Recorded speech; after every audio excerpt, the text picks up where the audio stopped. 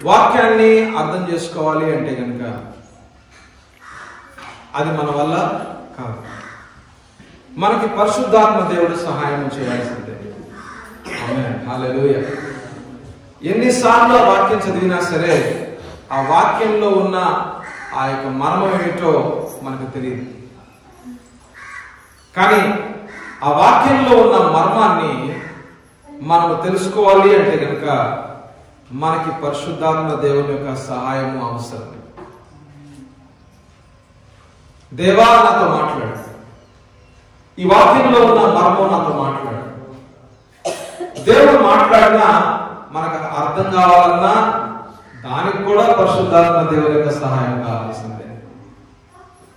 మర్మాన్ని దేవుడు మాట్లాడినా అది మనకి అర్థం అవ్వాలన్నా దానికి కూడా మనకి ఆత్మదేవుని యొక్క సహాయం కావాల్సిందే. అంటే దేవుడి విషయాల్లో మనం ఒక అడుగు ముందుకేయాలన్నా మనకి దేవుడు అవసరమే. ఆమేన్, హల్లెలూయా. యేసు ప్రభుకి వేరుగా మనం ఏమీ కూడా చేయలేము. ఆత్మదేవునికి వేరుగా మనం ఏమీ కూడా చేయలేము. కాబట్టి మన ఆధారం అంతా దేవుడై ఉండాలి. ఆమేన్, హల్లెలూయా.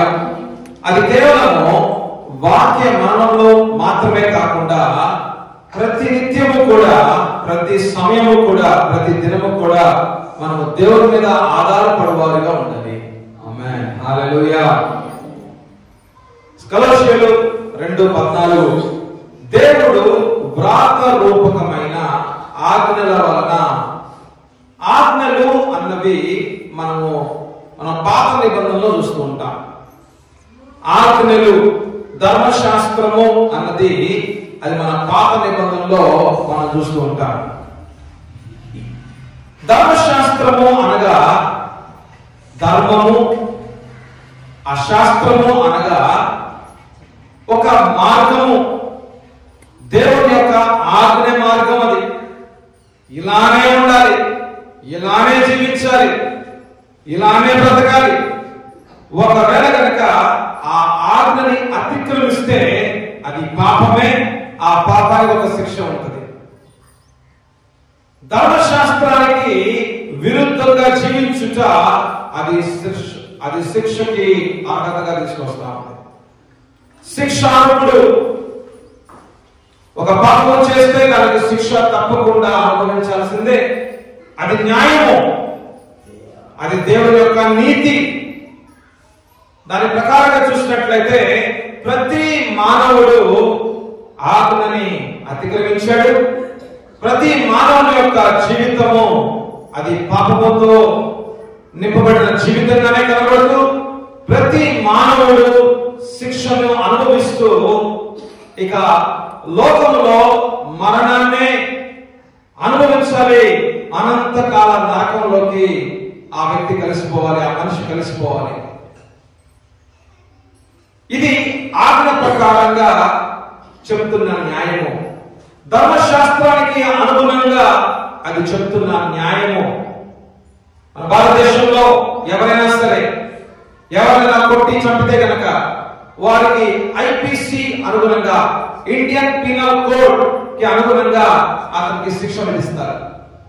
ఎవరైనా చంపితే, ఎవరైనా కొట్టితే, ఎవరైనా బాధపరిస్తే అది న్యాయబద్ధంగా కనుక లేకపోతే, న్యాయానికి విరుద్ధంగా ఉంటే అక్కడ శిక్ష తప్పకుండా ఆ వ్యక్తికి పడాల్సిందే. అతను జైల్లో పెడతారు, అతను మురేస్తారు, అతను చంపివేస్తారు.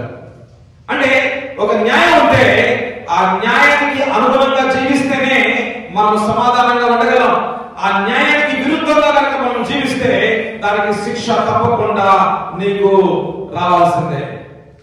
మరి అలాగే మన దేవునికి న్యాయం కూడా ఉంది. దేవుడికి ధర్మశాస్త్రం ఉంది, ఆయనకి ఒక పద్ధతి ఉంది, ఆయనకి ఒక స్టాండర్డ్స్ ఉన్నాయి, ఆయన మార్గం ఉంటుంది, ఆయన యొక్క నీతి ఉంటుంది, ఆయన పశువులతో ఉంటుంది, ఆయన యొక్క ఆలోచనలు ఉన్నాయి, ఆయన యొక్క స్వభావం ఉంది, ఆయనకు అనుగుణంగా జీవించే జీవితాలు ఉన్నాయి. మరి ఆయనకు అనుగుణంగా ఆయన యొక్క స్వభావానికి అనుగుణంగా రాయబడిన ధర్మశాస్త్రము అవే ఇక్కడ ఏం చెప్తున్నారంటే ఆజ్ఞలు మాట్లాడుతున్నారు అనమాట. చూసారా, కొలొస్సీయులు 2:14 మనం చూసినట్లయితే అక్కడ ఆజ్ఞ గురించి మాట్లాడుతూ ఉన్నారు. ఆజ్ఞ ఏమిటంటే ధర్మశాస్త్రము. దేవుడు వ్రాతరూపకమైన ఆజ్ఞల వలన, అంటే ఆ ధర్మశాస్త్రానికి విరుద్ధంగా నీ జీవితం ఎన్నిసార్లు అయితే పాపం చేసిందో అవన్నీ కూడా వ్రాతపూర్వకంగా లిఖించబడ్డాయంట. ఆమేన్, హల్లెలూయా, హల్లెలూయా. నువ్వు పుట్టిన దగ్గర నుంచి ఇప్పటిదాకా ఎక్కడెక్కడ పాపాలు చేశావో, ఎక్కడెక్కడ విరుద్ధంగా దేవుని విరుద్ధంగా జీవించావో ప్రతి ఒక్కటి కూడా దేవునికి తెలుసు. ఆమేన్, హల్లెలూయా.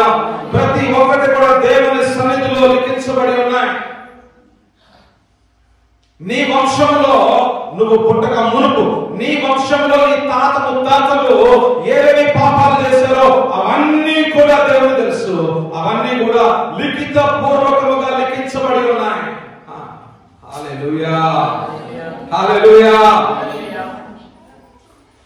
అనేకమైన సంవత్సరాల తరువాత ఏం జరుగుతుందో దేవునికి తెలిసైతే అనేక సంవత్సరాల ముందు ఏం జరిగిందో కూడా దేవునికి తెలుసు. ఆమేన్, హల్లెలూయా.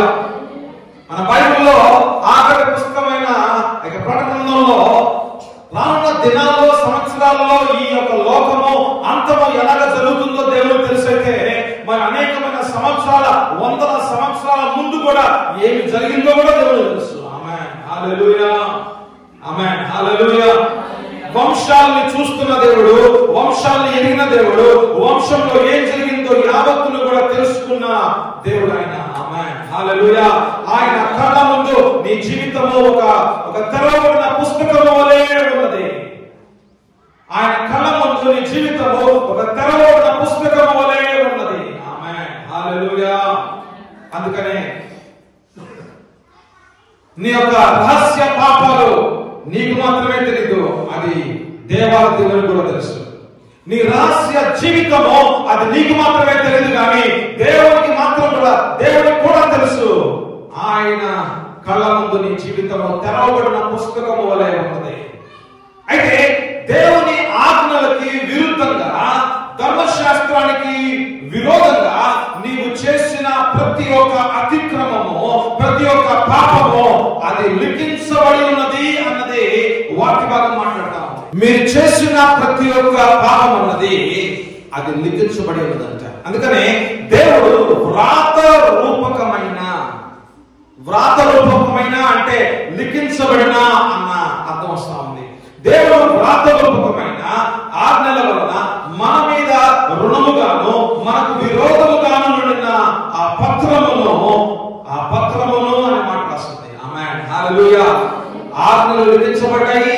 మనము ఆ ఆజ్ఞకి వ్యతిరేకంగా జీవించిన ఆ యొక్క అతిక్రమములు యావత్తు కూడా అవి కూడా పత్రాల మీద లిఖించబడి ఉన్నాయి. ఆమేన్, హల్లెలూయా.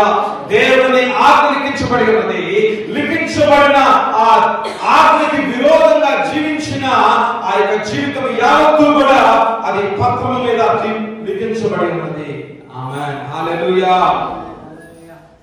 ఏ సమయంలో ఏం చేశామో, ఏ సమయంలో దేవుడికి వ్యతిరేకంగా ఏం చేశామో ఆ సమయము, ఆ డేట్, ఆ యొక్క యావత్తు విషయాలు లిఖించబడి ఉన్నది. ఆమేన్, హల్లెలూయా.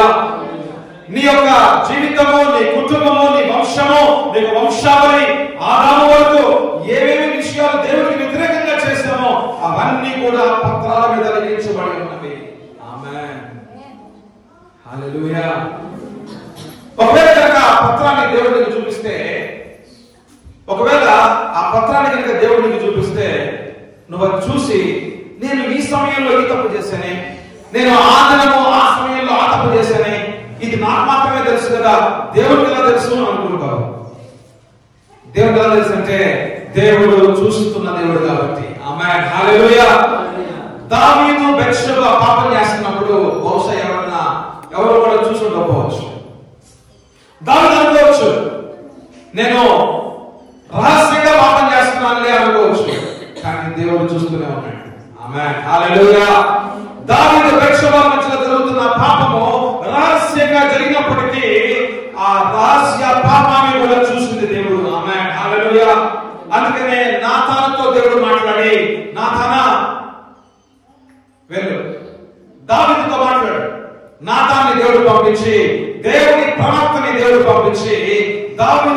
చేసిన పాపాన్ని నాతాను దావీదుతో మాట్లాడాడు. హల్లెలూయా. రహస్య విషయాలు నీకు మాత్రమే తెలియదు, దేవునికి కూడా తెలుసు. ఆమేన్. హల్లెలూయా.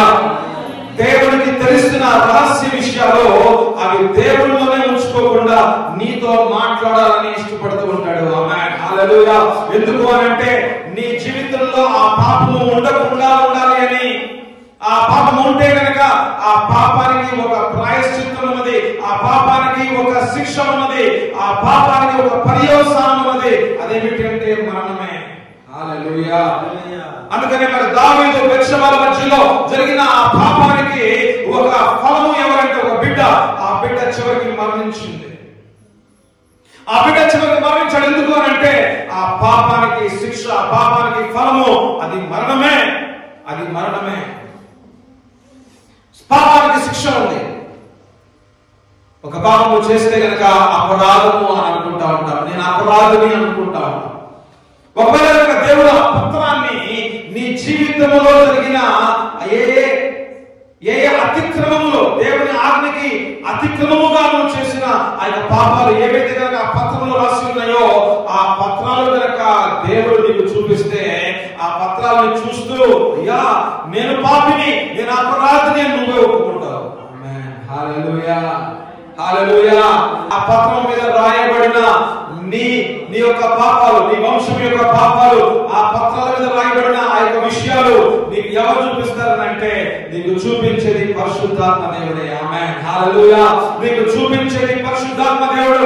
వాక్యము చదువుతున్న సమయాల్లో, వాక్యాన్ని మననం చేస్తున్న సమయాల్లో, వాక్యాన్ని వింటున్న సమయాల్లో, దైవజనులు మాట్లాడుతున్న వాక్యాన్ని వింటున్న సమయాల్లో ఎలాగైతే నాతాను దేవునితో మాట్లాడుతున్నప్పుడు దావీదుకి అర్థమైంది, నేను పాపము చేశాను దేవునికి వ్యతిరేకంగా అని అతను తెలుసు. కానీ ఇంకా అతను ఒక పాప క్షమాపణ అనేది అతని జీవితంలో ఇంకా లేదు.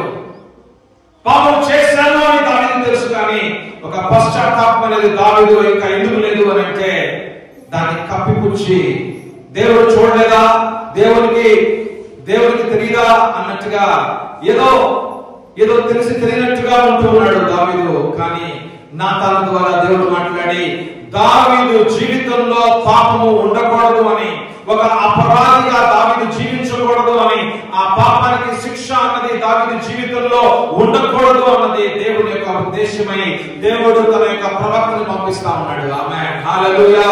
అందుకనే దేవాది దేవుడు దైవజనుల్ని మీ దగ్గరికి పంపిస్తా ఉండి, దేవుని యొక్క సేవకుల్ని మీ దగ్గర పంపిస్తా ఉండి, ఆయన యొక్క మాటలు, ఆయన యొక్క వాక్యాన్ని మీకు బోధిస్తా ఉండి, ఈ వాక్యములో ఉన్న మర్మాన్ని మీకు చూపిస్తా ఉండి, వాక్యం అనే అర్థములో మన అంతరంగ జీవితంలో ఉన్న అనేకమైన అతిక్రమములు, అనేకమైన పాపాలు ఏమున్నాయా, నేను ఎలాగ అపరాధిగా ఇంకా ఉన్నానా అన్నది మనకి వాక్యము ద్వారా పరిశుద్ధాత్మ దేవుడే మనతో మాట్లాడతాడు. ఆమేన్. హల్లెలూయా. ఆజ్ఞ లిఖించబడిందంట. మనము ఆజ్ఞను అతిక్రమిస్తే పాపాలు కూడా ఆ పత్రాల మీద లిఖించబడాయంట. ఆమేన్. హల్లెలూయా. ఆ పత్రాలు కనుక దేవుడు మనకు చూపిస్తే మన పరిశుద్ధాత్మ దేవుడు తప్పకుండా చూపించాలని ఆశపడుతున్నాడు. కానీ అడిగితే కనుక ప్రభువా నాకు నీకు మధ్యలో ఎరికో గోడలు ఏమున్నాయో చూపించమని అడగలను. ఆమేన్. హల్లెలూయా. నాకు నీకు మధ్యలో వ్యతిరేకంగా ఇంకా ఏదైనా ఆయాసకరమైన మార్గాలు ఏమైనా ఉన్నాయా ప్రభువా అని అడగాలి. ఆమేన్. హల్లెలూయా. అయ్యా నాకు నీకు మధ్యలో మన ఇద్దరి మధ్య సంబంధము ప్రభువా ఇంకా సన్నిహితంగా ఉండకుండా ఉండడానికి దూరపరుస్తున్న ఆ పాపాలు ఏమిటో చూపించు ప్రభువా అని ప్రభువుని అడగాలి. ఆమేన్. హల్లెలూయా. అడిగినట్లయితే తప్పకుండా పరిశుద్ధాత్మ దేవుడు వాక్యం ద్వారా మనతో మాట్లాడతాడు. ఆ పత్రాలలో రాయబడిన యావత్తు విషయాలు మనకు చూపిస్తాడు. ఆమేన్. హల్లెలూయా. అది వంశంలో, నీ వంశంలో నీ యొక్క తాత ముత్తాతలు చేసిన పాపాలు యావత్తు కూడా ఆ పత్రాల మీద ఉన్నాయి. ఆ పాపాలు చేయటమే, ఆ దోషాలు చేయటమే, ఆ అతిక్రమములు చేయటమే, ఒక అపరాధిగా జీవించటమే అది శాపాన్ని తీసుకొచ్చే మార్గం. అది అలాగ జీవించుటే అది శాపాన్ని తీసుకొచ్చే మార్గం. ఎందుకు నీ జీవితంలో శాపాలని ఇంకా అనుభవిస్తూ ఉన్నావు. నువ్వు యేసు ప్రభువును నమ్ముకొని అనేకమైన సంవత్సరాలు అయినప్పటికీ కూడా ఇంకా కుటుంబాల్లో శాపాలు ఇంకా ఎందుకు అనుభవిస్తూ ఉన్నావు?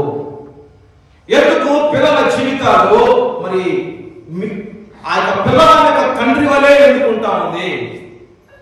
ఆ తండ్రి తాగుబోతుగా ఉన్నాడు, మరి పిల్లవాడు కూడా తాగుబోతుగా ఉన్నాడు. ఆ తండ్రికి డయాబెటీస్ వచ్చింది, మరి పిల్లవానికి కూడా డయాబెటీస్ వచ్చింది. ఆమెకు థైరాయిడ్ ప్రాబ్లం వచ్చింది, మరి ఆ కూతురుకు కూడా మరి థైరాయిడ్ రోగం వచ్చింది. వాళ్ళ క్యాన్సర్తో చనిపోయింది, మరి ఈ అమ్మాయికి కూడా క్యాన్సర్ వచ్చింది. ఆ తండ్రి చూస్తే 40 ఏళ్ళనే ఆపత్కాల మరణంతో చనిపోయాడు. మరి ఈ బిడ్డ కూడా దేవుడు సంఘానికైతే వస్తున్నాడు కానీ 35వ ఏటనే చనిపోయాడు. ఇక ఆ భర్త యొక్క మరి భార్య మరి ఆమెమో ఒక విధవరాలు అయిపోయింది. ఎక్కడున్నాడు దేవుడు అని ఆమె ప్రశ్నిస్తా ఉంది. ఎక్కడున్నాడు నా దేవుడు అని ప్రశ్నిస్తా ఉంది.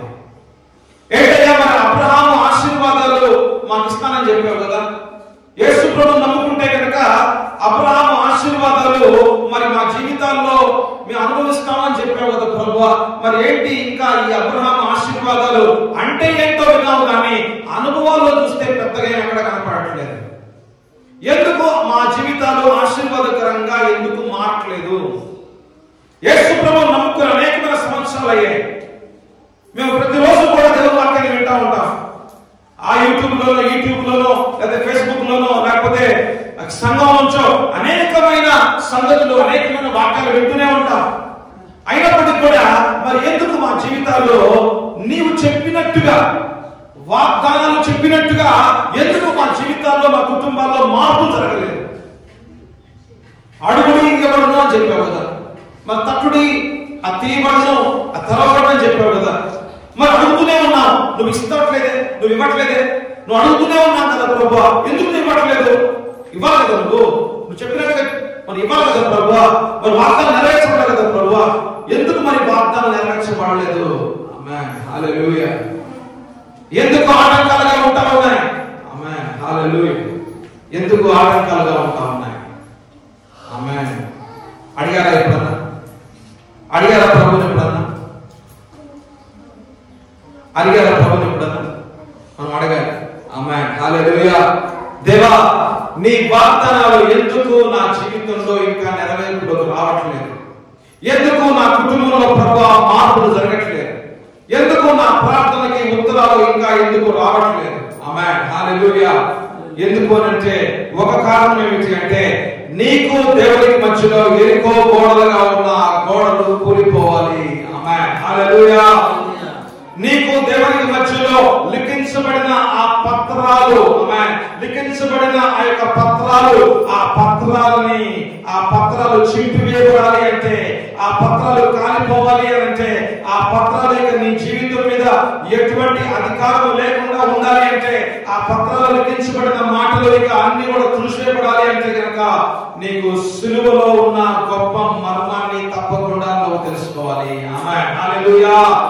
సిలువ మీద యేసు ప్రభువు చేసిన గొప్ప బలిదానంలో ఉన్న ఈ వాక్యంలో ఉన్న గొప్ప మర్మాన్ని నువ్వు తప్పకుండా తెలుసుకొని అది నీ జీవితంలో స్వతంత్రించుకోవాలి. ఆమేన్ హల్లెలూయా. అందుకని ఈ వాక్యాన్ని జాగ్రత్తగా కొలొస్సీయులు 2:14 చదువుకుంటున్నాం. దేవుడు వ్రాతరూపమైన ఆజ్ఞల వలన మన మీద రుణముగాను మనకు విరోధముగాను, చూసారా, విరోధముగాను అని అంటే మనల్ని ముందుకు వెళ్లకుండా ఆపేసే విషయాలు అన్నమాట. ఆమేన్ హల్లెలూయా. ఎవరైనా విరోధిగా నా ముందుంటే కనుక నేను ముందుకు వెళ్ళలేను. నేను ఎవరైనా విరోధముగా నా ముందుంటే నేను ముందుకు వెళ్ళలేను. నేను నాకు విరోధముగా ఎవరైనా ఉంటే కనుక ఒక 10 మంది నా ముందే ఉంటే కనుక నేను ముందుకు వెళ్ళలేను. నేను ఆ యొక్క విరోధంగా ఉన్న విషయాలను తీసివేస్తే కానీ నేను ముందుకు వెళ్ళగలను. ఆమేన్ హల్లెలూయా. మరి ముందున్న వాగ్దాన భూములని నాకు వాగ్దానాలు ఎన్నో ఉన్నాయి స్వతంత్రించుకోవడానికి, అనుభవించడానికి. కానీ ఆ వాగ్దాన భూముల్లోకి నడవాలి అంటే కనుక యోర్దానుగా ఉన్న ఈ విరోధము, యోర్దానుగా ఉన్న యెర్దనుగా ఉన్న ఆ యోర్దాను నదిగా ఉన్న విరోధాన్ని తీసివేయాలి. ఎరికో గోడలుగా ఉన్న విరోధాన్ని తీసివేయాలి. ఆమేన్ హల్లెలూయా. వాగ్దానాన్ని స్వతంత్రించుకోవాలన్నా, దేవుని ఆశీర్వాదాల్లోకి ముందుకు వెళ్ళాలన్నా మనకి విరోధముగానే ఉన్న ప్రతి విరోధత్వాన్ని తీసివేయాలి అంటే కనుక దేవుని యొక్క వాక్యంలో ఉన్న మర్మాన్ని అర్థం చేసుకోవాలి. ఆమేన్, హల్లెలూయా. వాక్యంలో ఉన్న మర్మము నీకు తెలియకపోతే, నీకు సత్యము తెలియకపోతే, ఆ సత్యము నీకు విడుదలలోకి తీసుకువెళ్ళలేదు. ఆమేన్, హల్లెలూయా. వాక్యంలో ఉన్న మర్మము నీకు తెలియకపోతే నీకు సత్యము తెలియదు. నీకు సత్యము తెలియకపోతే నీ జీవితంలో ఒక విడుదల అన్నది నువ్వు అనుభవించలేవు. ఎన్నిసార్లు, ఎన్ని మార్లు, ఎన్ని దినాలు, ఎన్ని ఉపవాసాలు, ఎన్ని ప్రార్థనలు చేస్తున్నాం అనేది ముఖ్యం కాదు, కానీ ఎంత వాక్యంలో ఉన్న మర్మము నీకు తెలుసో, ఆ మర్మము, ఆ సత్యము ఎంతగా నీకు అర్థమైందో, ఆ సత్యానికి అనుగుణంగా ఎంతగా నువ్వు ప్రార్థన చేస్తావో, ఆ ప్రార్థనకు అనుగుణంగానే నీ జీవితంలో విడుదల. ఆమేన్, హల్లెలూయా. ఆమేన్, హల్లెలూయా. ఎన్నిసార్లు ప్రార్థన చేసేదే కాదు, ఎన్ని మార్లు ప్రార్థన చేసేదే కాదు, ఎన్ని ఉపవాసాలు నువ్వు తీసుకుని ప్రార్థన చేయడం కాదు, కానీ ఎంతసేపు ప్రార్థన చేసేవనేది కాదు, కానీ ఎంత మర్మాన్ని అర్థం చేసుకొని సత్యాన్ని తెలుసుకొని ఆ సత్యాన్ని నీ జీవితంలో అది సెల్ఫ్ అప్లికేషన్, అది నువ్వు స్వతంత్రించుకొని ఆ యొక్క సత్యాన్ని ఉపయోగించుకుంటూ నువ్వు ఆ ప్రార్థన చేసే ప్రార్థనను చూసావా, ఆ సత్యమైన ప్రార్థనే అది నీ జీవితానికి విడుదల తీసుకొస్తుంది. ఆమేన్, హల్లెలూయా. ఆమేన్. నీకు విరోధముగా ఉన్నవి ఏమైనా ఉన్నాయా? అయితే ఆ పత్రంలో ఉన్నాయి చూడు. ఆ పత్రాన్ని చూపించేది పరిశుద్ధాత్మ దేవుడే. ఆమేన్, హల్లెలూయా. ఏదైనా రుణముగా ఉన్నాయా? ఏదైనా తీసివేసే విషయాలు ఉన్నాయా? అవి నీకు తెలియదు.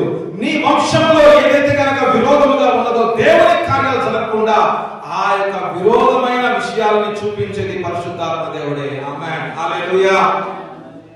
నీ జీవితము మారాలి అంటే కనుక అటు ఇటు తిరగటం వల్ల మారదు, ఎవరి దగ్గరలో వెళ్ళటం వల్ల మారదు, ఎవరి మీద ఆధారపడటం వల్ల మారదు.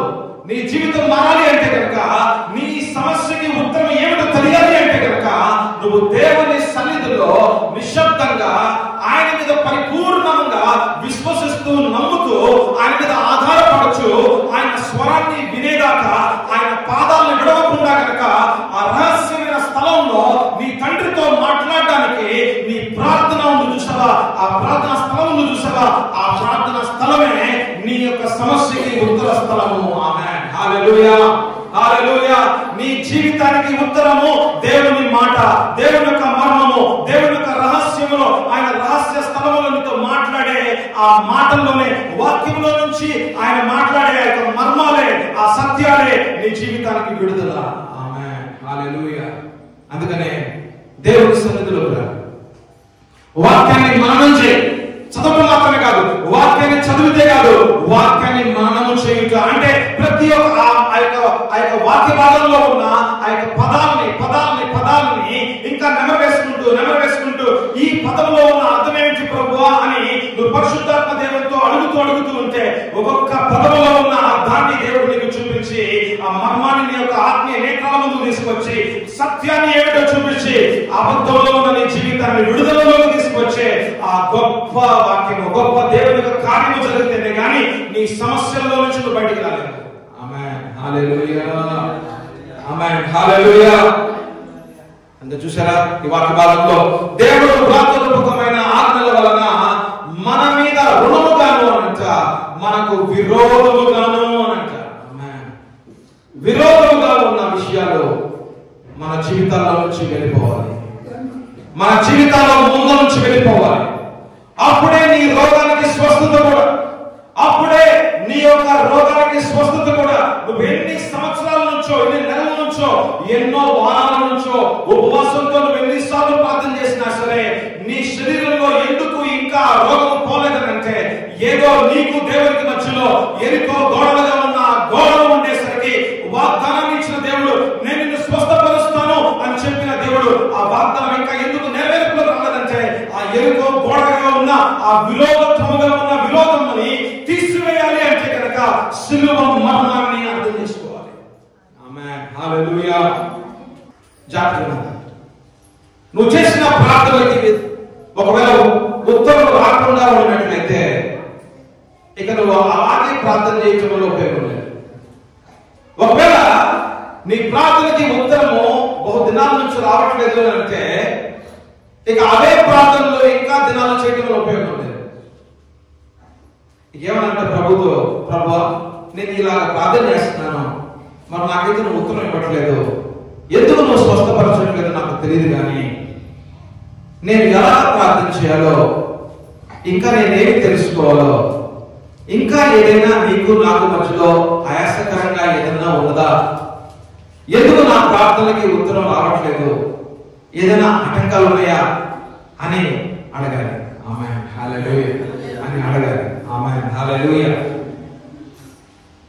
నీ ప్రార్థనకి ఉత్తరము రాకుండా ఉండడానికి ఒక ఆటంకం ఏమిటి అంటే, నువ్వు ఎవరైనా సరే జాగ్రత్తగా, నువ్వు ఎవరైనా సరే క్షమించకపోతే, ఎవరైనా సరే నువ్వు క్షమించకుండా, అది నీ భర్త కావచ్చు, నీ భర్త యొక్క తల్లిదండ్రులు కావచ్చు, నీ అయిన వాళ్ళు కావచ్చు, ఎవరైనా సరే నీకు వ్యతిరేకంగా నిన్ను గాయపరిచిన ఎవరైనా సరే, అది అనేకమైన సంవత్సరాల క్రితమైనా సరే, ఇంకా నువ్వు వారితో సరిగ్గా మాట్లాడకుండా, వారితో సఖ్యపరచుకోకుండా, వారితో నువ్వు ఐక్యతలోకి రాకుండా, వారిని ప్రేమించకుండా, వారిని దీవించకుండా, వారి గురించి ఆలోచిస్తే నీకు ద్వేషపూరితమైన ఆలోచనలు వస్తూ, వారితో మాట్లాడలేను అని అనుకుంటూ వారికి దూరంగా ఉండే పరిస్థితి ఒకవేళ నీ జీవితంలో ఉంటే, నీ ప్రార్థనకి ఉత్తరాలు రావు, నీ పాపాలకి క్షమాపణ లేదు. ఎందుకంటే నీకు దేవునికి మధ్యలో ఉన్నది పాపమే కదా, విరోధముగా. ఆ పాపము తీసివేయబడాలి అంటే దాని అర్థం ఏమిటి అంటే, ఆ పాపము యొక్క క్షమాపణ నువ్వు పొందుకోవాలి అంటే. ఆమేన్ హల్లెలూయా. నీకు దేవుని మధ్యలో పాపాలు తీసివేయబడాలి అంటే అర్థం ఏమిటి అంటే, నీకు దేవుని మధ్యలో నా పాపాల యొక్క క్షమాపణ పొందుకోవాలి అంటే. ఆమేన్ హల్లెలూయా. పాప క్షమాపణ పొందుకుంటేనే కదా ఆ పాపాలు పోయేది. ఆమేన్ హల్లెలూయా. యేసు రక్తము పనిచేస్తేనే కదా నీ పాపాలకి క్షమాపణ దొరికేది. ఆమేన్ హల్లెలూయా. అంటే ఎక్కడైతే కనుక యేసు రక్తము పనిచేస్తుందో అక్కడే కదా నీ పాపం యొక్క క్షమాపణ. ఆమేన్ హల్లెలూయా. ఎక్కడైతే కనుక యేసు రక్తము పని చేయలేదో అక్కడ పాప క్షమాపణ లేదు కదా. మరి ఎక్కడైతే పాపం ఉంటుందో అక్కడ అంధకారం ఉంటుంది. ఎక్కడైతే ఈ పాపం యొక్క పాపముతో కూడిన, అపరాధముతో కూడిన జీవితం ఉంటుందో మరి అక్కడ అంధకార సంబంధమైన శాపగ్రస్తమైన జీవితమే కదా, అంధకార సంబంధమైన ఆ యొక్క శక్తులతో కూడిన జీవితమే కదా, ఒక బానిసత్వమైన జీవితమే కదా. మరి ఆ పాపము పోవాలి అంటే యేసు రక్తం పనిచేయాలి.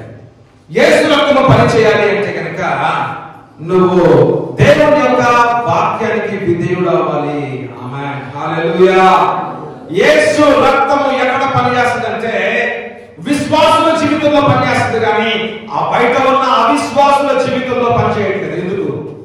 ఎందుకు యేసు రక్తములో ఉన్న శక్తి, యేసు రక్తములో ఉన్న జీవము, విడుదల విశ్వాసుల జీవితంలో ఎందుకు పనిచేస్తా ఉంది, బయట అవిశ్వాసుల జీవితంలో ఎందుకు పనిచేయట్లేదు అంటే వాళ్ళు అవిధేయులుగా ఉన్నారు కాబట్టి, మీరు విధేయులుగా ఉన్నారు కాబట్టి. ఆమేన్ హల్లెలూయా.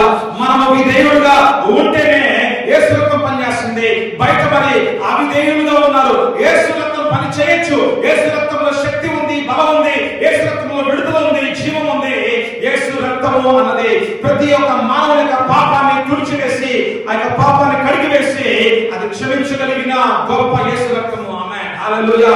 అయినప్పటికీ కూడా మరి ఎందుకు ఈ లోకంలో ఉన్న యావత్తు జనాంగానికి వారి పాపాల నుంచి క్షమాపణ ఎందుకు దొరకట్లేదు యేసు రక్తము ద్వారా అంటే వారు అవిధేయులుగా ఉన్నారు, మనము విధేయులుగా ఉన్నాం కాబట్టి. ఆమేన్ హల్లెలూయా. చాలా దుఃఖం ఏమిటి అంటే చాలా మంది విశ్వాసులు అవిశ్వాసుల వలె అవిధేయులుగా ఉంటున్నారు. దుఃఖ పరిస్థితి ఏమిటి అంటే అనేకమైన విశ్వాసులు ఈ రోజున అవిధేయులుగా ఉన్న అవిశ్వాసుల వలె వారు కూడా అవిధేయతలో జీవిస్తూ ఉన్నారు.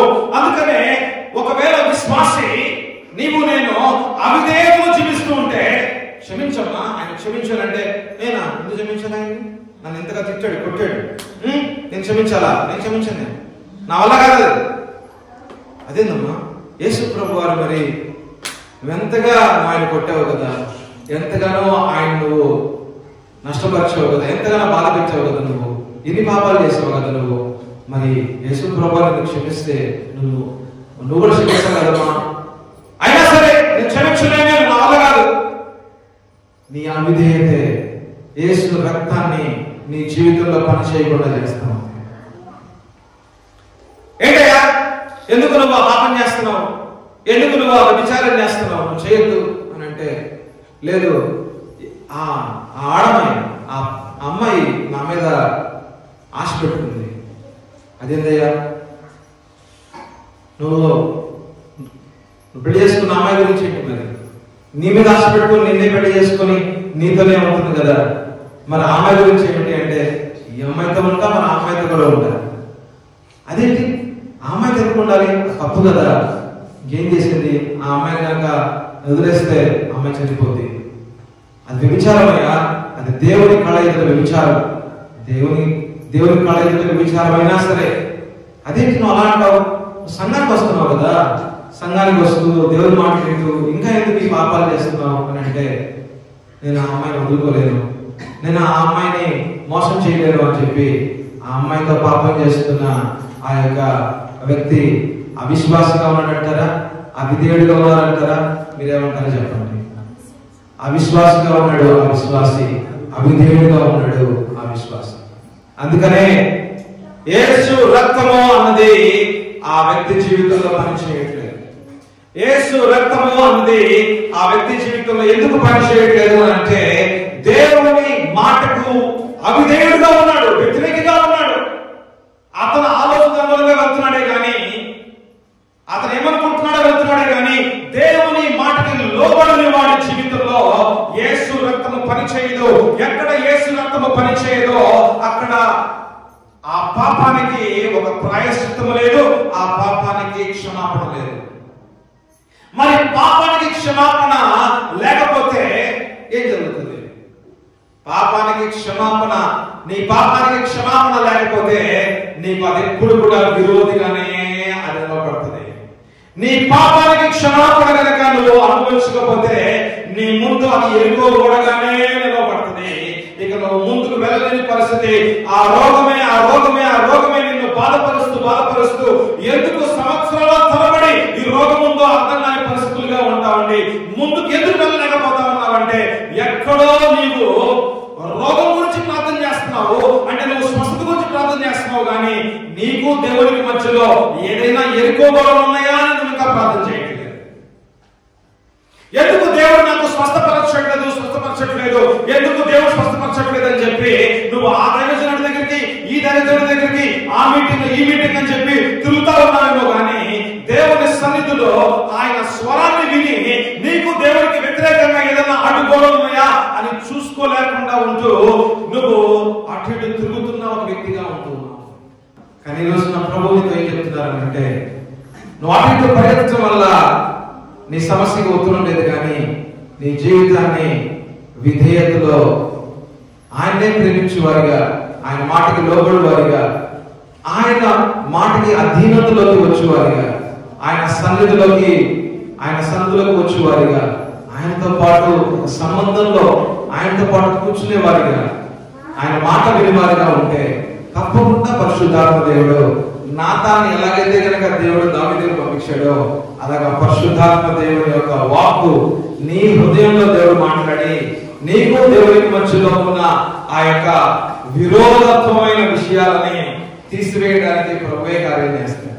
ఆమేన్, హల్లెలూయా, ఆమేన్, హల్లెలూయా. చూసారా, విరోధముగా ఉండిన ఆ పత్రం అంట, విరోధముగా ఉన్న ఆ పత్రము అన్నది నీకు విరోధముగా రాయబడిన ఆ పత్రంలో ఏవి రాయబడ్డాయో నీకు పరిశుద్ధాత్మ దేవుడు చూపుతాం అనుకుంటున్నాడు. ఆమేన్, హల్లెలూయా. మరి ఎప్పుడన్నా చూసారా? మరి మీరు ఆ యావత్తు పత్రాన్ని ఎప్పుడన్నా చూసారా?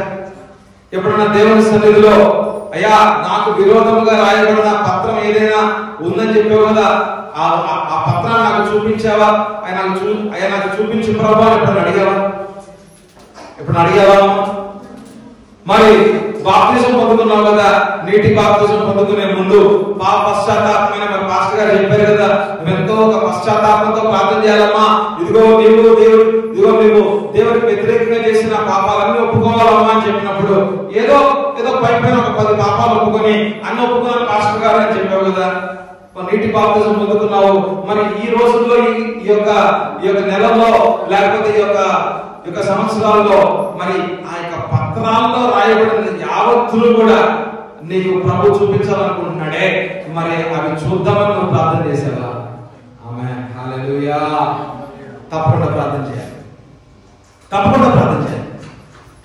నీకు దేవునికి విరోధంగా నిలవబడిన ప్రతి పాపాన్ని అది క్షమించబడే ఒక రీతిగా రావాలి అంటే ప్రతి పాపం మీద, ఆ పత్రములో లిఖించబడిన ప్రతి అతిక్రమము పాపము మీద యేసు రక్తము ఒక్కొక్క పాపాన్ని తీసివేసి ఆ పత్రం అంతా కూడా ఒక తెల్లని పత్రంగా చేయబడాలి అంటే కనుక నువ్వు ఆ పత్రాన్ని నీ కళ్ళ ముందు చూడాల్సిందే. ఆమేన్, హల్లెలూయా. చూడాల్సిందే. మరి దేవుడు అంటున్నాడు, నీకు విరోధంగా లెక్కించబడిన పత్రం అయితే ఉందంటున్నాడు. మరి ఆ పత్రాన్ని ఉంది అన్న దేవుడు నీకు చూపించకుండా ఉంటాడా? ఆమేన్, హల్లెలూయా. నా ప్రశ్నకు ఉత్తరం మీరే చెప్పాలి.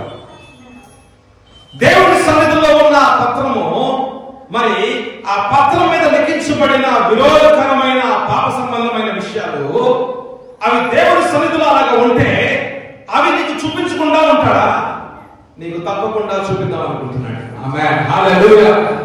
దేవునికి నీకు మధ్యలో ఏ అడ్డు కూడా ఉండకూడదు అనేది దేవుని చిత్తమే. ఆమేన్, హల్లెలూయా.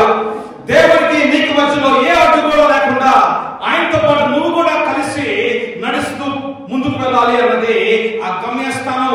నీ జీవితం పట్ల దేవుడు ఉన్న గమ్యస్థానం ఏదైతే ఉన్నదో ఆ గమ్యస్థానం దాకా నువ్వు చేరుకోవాలి అని, అనంతకాల జీవితంలో ఆయనతో పాటు నువ్వు జీవించాలి అన్నది దేవుని చిత్తమే. ఆమేన్, హల్లెలూయా. ప్రతి వాగ్దానము yes and amen అని చెప్తా ఉంది బైబిల్.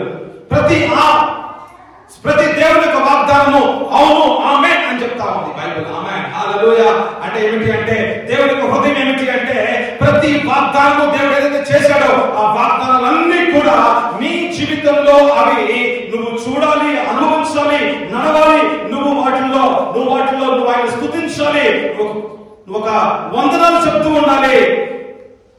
దేవుని యొక్క వాగ్దానాలని నీ జీవితంలో నువ్వు చూడాలి అనేది దేవుని యొక్క చిత్తమే. ఆమేన్, హల్లెలూయా. ఆమేన్, హల్లెలూయా. ఇంత గొప్ప వాగ్దానాలని మనం పొందుకున్నాం క్రీస్తు ద్వారా. కానీ ఎందుకు చాలా మంది విశ్వాసుల జీవితంలో ఆ వాగ్దానాలు ఇంకా అనుభవంలోకి ఎందుకు రావట్లేదు? హల్లెలూయా. నిన్ను స్వస్థపరచు యెహోవాను నేనే అని చెప్పాడు దేవుడు. నిన్ను స్వస్థపరచు యెహోవా నేనే అని చెప్పినప్పుడు ఆ స్వస్థత అనేది ఇంకా మన జీవితంలో మన శరీరంలో ఇంకా ఎందుకు చూడట్లేదు? నిన్ను వృద్ధిపరిచేది నేనే అని ప్రభు చెప్పాడు. నిన్ను సమృద్ధిగా నిన్ను జీవింపజేసేది నేనే అన్నాడు. నేను నీ జీవితంలోకి వచ్చి నీకు జీవితాన్ని ఇచ్చి సమృద్ధిగా జీవితాన్ని ఇచ్చేది నేనే అని చెప్పాడు. ఆమేన్, హల్లెలూయా. ఇచ్చేది నేనే అని చెప్పాడు.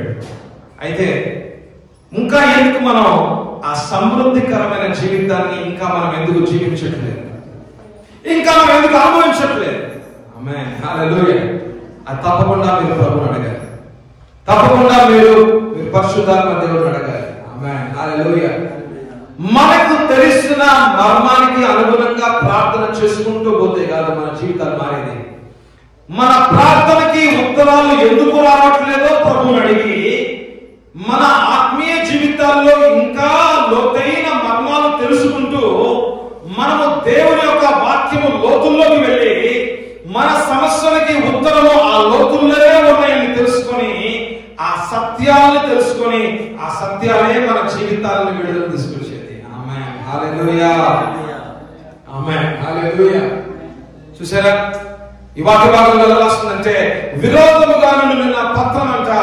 ఆ పత్రాన్ని యేసు ప్రభు ఏం చేశారంటే ఇదే గొప్ప మార్గం. ఇక్కడ నీకు విరోధముగా లిఖించబడిన ఆ పత్రము అంటే నీ పేరు మీద నీ ఇంటి పేరు మీద, నీ వంశము పేరు మీద లిఖించబడిన పత్రము, నీ పేరు మీద, నీ వంశం పేరు మీద, నీ యొక్క యావత్తు నీ యొక్క కుటుంబం పేరు మీద మీరు ఎవరైతే కనుక దేవునికి వ్యతిరేకంగా కార్యాలు చేశారో ఆ పాపాలన్నీ కూడా లిఖించబడిన ఆ పత్రము చూసారా, ఆ పత్రాన్నంతా 2024 సంవత్సరాల క్రితమే యేసు ప్రభు వారు శిలువ మీద మేకులు కొట్టి వాటిని తీసివేశాడు. ఆమేన్, హల్లెలూయా. మీ మీద, మీ కుటుంబం మీద, మీ వంశాల మీద వ్యతిరేకంగా రాయబడిన ఆ పత్రము. ఆమేన్, హల్లెలూయా. మీరు చేసిన పాపము, మీ కుటుంబం చేసిన పాపము, మీ వంశాలు చేసిన పాపాలు యావత్తు కూడా, ఆ పాపాలన్నీ కూడా పత్రం మీద రాయబడితే ఆ పత్రాన్ని శిలువ మీద మేకులు కొట్టి ఇక అది ఎవరు కూడా దాన్ని ఆ శిలువలో నుంచి మళ్ళీ ఆ పత్రాన్ని మళ్ళీ కిందకి తీసుకొని, లేకపోతే దాని కిందకి తీసి నీకు చూపించే పరిస్థితిగా అది ఉండకూడదు అని అది శాశ్వతంగా అది మేకులు కొట్టేశారంట. ఆమేన్, హల్లెలూయా. ఎవరు చూపిస్తారమ్మా నీ పాపాలని? నీకు మళ్ళీ మళ్ళీ మళ్ళీ చూపించేది ఎవరు? నేను అపరాధిగానే ఉంచేది ఎవరు? అపవాది. అపవాదం చేసి తెలుసా? సాతాను చేసి తెలుసా? సాతాను కూడా నీ హృదయంలో ఇదిగో నువ్వు ఈ పాపం చేసావు, నువ్వు ఆ పాపం చేసావు, నువ్వు యోగ్యుడివి కాదు, నీకు యోగ్యత లేదు, మై కోరుకుంటావా, వాటిని చెప్తావా, నీకు వాగ్దానం నీ జీవితంలో నెరవేర్చబడిద్దా? ఎలా పడుతుంది? నువ్వు దేవుని పాట పాడతావా? నువ్వు దేవునికి ఇలా ఆరాధిస్తావా? అసలు ఆరాధించే యోగ్యత నీకు ఉందా?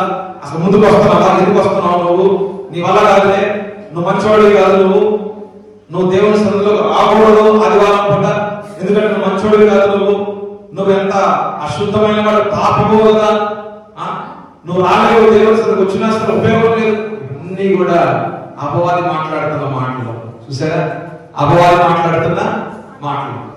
ఒకవేళ కనుక నువ్వు ఏ పత్రంలో అయితే కనుక నీ గురించి రాయబడిందో, జాగ్రత్త మాట, ఏ పత్రంలో అయితే కనుక నీ గురించి రాయబడిందో ఆ పత్రాన్ని కనుక పరిశుద్ధాత్మ దేవుడు నీకు చూపిస్తా ఉంటే, ఏ పాపం అయితే దావీదు చేశాడో మరి ఆ పాపాన్ని చూపించింది నాతానే కదా.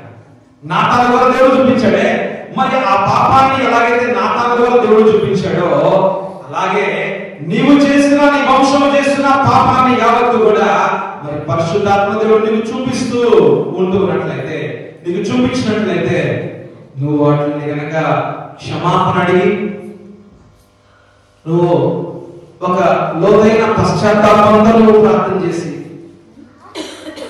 దేవుడి సన్నిధిలో వాటిని ఒప్పుకొని విడిచిపెట్టి ఇక శాశ్వత కాలంగా జీవితాంతం ఇక మళ్ళీ ఆ పాపము నేను చేయను అని తీర్మానం తీసుకొని నీ మనస్సు మారి ఇక దేవుని మార్గంలో నడుస్తాను అని ఒక లోతైన తీర్మానంతో శిలువ మీద వేలాడుతున్న యేసు ప్రభువును చూస్తూ నీ లోపల ఎంతో బాధ కలుగుతూ, ఎంతో ఇబ్బంది కలుగుతూ, ఈ పాపముతోనే కదా యేసు ప్రభు శిలువ మీద చనిపోయింది అని ఆ యేసు ప్రభువుని చూడగలిగిన ఆ కళ్ళతో ఇక నేను యేసు ప్రభువుని నేను మోసపరచును, ఇక మళ్ళీ ఈ పాపము చేయను, నేను మళ్ళీ ఈ పాపము జోలికి వెళ్ళలేను అని కనుక నువ్వు దేవుని సన్నిధిలో కనుక ప్రార్థన చేస్తే,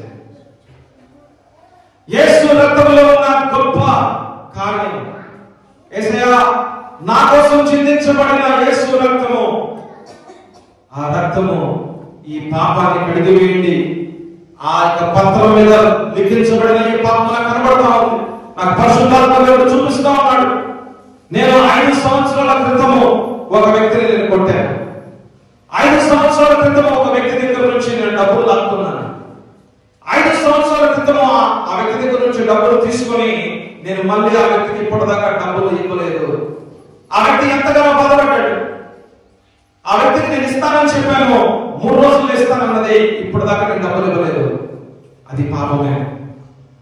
అది నువ్వు మాట్లాడేది ఒకటి, నువ్వు చేసింది ఇంకొకటి, మోసపరిచింది ఆ వ్యక్తిని. ఆ వ్యక్తి అయితే ఎన్నో శాపాలు పెట్టాడు నీ మీద. చూసావా, నాకు డబ్బులు ఇవ్వలేదు, వాడు కూడా నాశనం అయిపోతాడు, అతను కూడా నాశనం అయిపోతాడు, ఎలా ముందుగా చూస్తాను అని శాపాలు పెట్టిన శాపాలు నీ జీవితం మీద పని చేయొచ్చు. నువ్వు మోసపరిచిన మోసము అది నీకే ఒక తెగులుగా మారచ్చు. నువ్వు చేసిన పాపాన్ని 5 సంవత్సరాల క్రితం చేసిన పాపాన్ని ఇంకా నువ్వు ఒప్పుకోకుండా, నీవు చేసిన వ్యతిరేకమైన విషయాలను ఒప్పుకోకుండా ఇంకా నువ్వు జీవిస్తూ ఉన్నట్లయితే ఎందుకు నీ జీవితాల్లో అప్పులు ఉన్నాయో నీకు తెలియకుండా ఉంటూ ఉంది. అదేంటి ప్రభువా, నా అప్పులు తీసివేస్తానన్నా నీ మాట పట్టు నేను ప్రార్థన చేస్తా ఉన్నాను, 2 ఆశీర్వాదాలు ఇస్తానన్నా ఈ యొక్క వాగ్దానం చేతపడి నేను ప్రార్థన చేస్తా ఉన్నాను.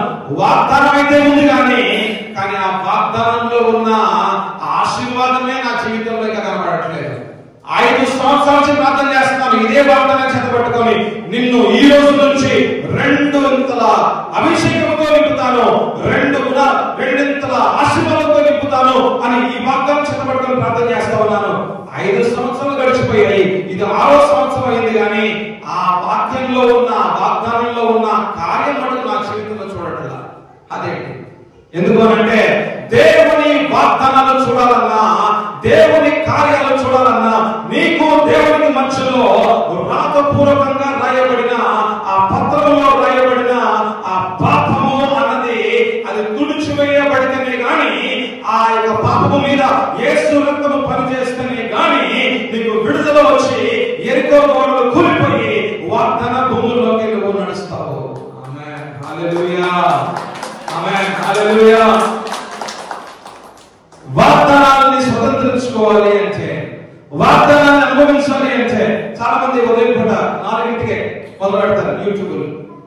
చాలా మంది 4ంటికే మొదలు పెడతారు. ఈ రోజు వాగ్దానానికి ఒక వాగ్దానం వస్తా ఉంటారు.